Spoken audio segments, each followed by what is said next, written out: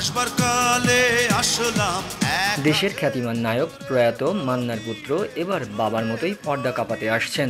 ঢালিউডে পা রাখতে যাচ্ছেন মান্না পুত্র সিয়াম ইলতিমাস। দেশের একটি সংবাদ মাধ্যমকে বিষয়টি নিশ্চিত করেছেন সিয়াম নিজেই। কালে আসলাম একা। বাবা সুপারস্টার হলেও সিয়াম নিজেকে রেখেছিলেন টাইমলাইটের বাইরে। মান্না ভক্তরা এতদিন রূপালী পর্দায় সিয়ামকে দেখতে চাইলেও নিজেকে পর্দায় হাজির করেননি, ব্যস্ত ছিলেন পড়াশোনা নিয়ে। তবে এবার পড়াশোনা শেষ হতেই দেশে ফেরার প্রস্তুতি নিচ্ছেন তিনি। বাবার মতোই নায়ক রূপেই পর্দায় আসতে চান সিয়াম। তবে মান্না ভক্তদের স্বপ্ন পূরণ করে কবে রূপালী পর্দায় ধরা দিবেন, এই বিষয়ে এখনও কিছু বলতে নারাজ তিনি। এই প্রসঙ্গে সিয়াম বলেন, অনেক বছর ধরেই চলচ্চিত্র প্রেমীরা আমাকে নায়ক হওয়ার জন্য নানাভাবে অনুরোধ করে আসছিলেন, তাদের জন্যই চলচ্চিত্রে অভিনয় করতে যাচ্ছি।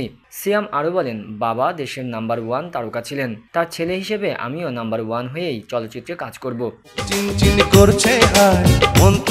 আমি পড়াশোনার পাশাপাশি অভিনয়টাও শিখেছি, নিজের অভিনয়ের স্কিলটা বেশ ভালোভাবেই রপ্ত করেছি, নিজেকে তৈরি করেছি। এই মুহূর্তে সিনেমার নাম ও নির্মাতার নাম বলতে চাচ্ছি না, তবে চলতি বছরেই দর্শকরা সেই প্রশ্নের উত্তর জানতে পারবেন।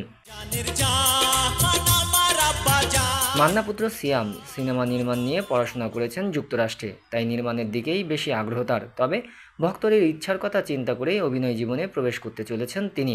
সিয়াম চান রূপালী পর্দায় তার অভিষেক হোক সুপারস্টারের মতোই। বাবার মতো রূপালী পর্দা কাঁপাবেন সেটা বলার অপেক্ষা রাখে না।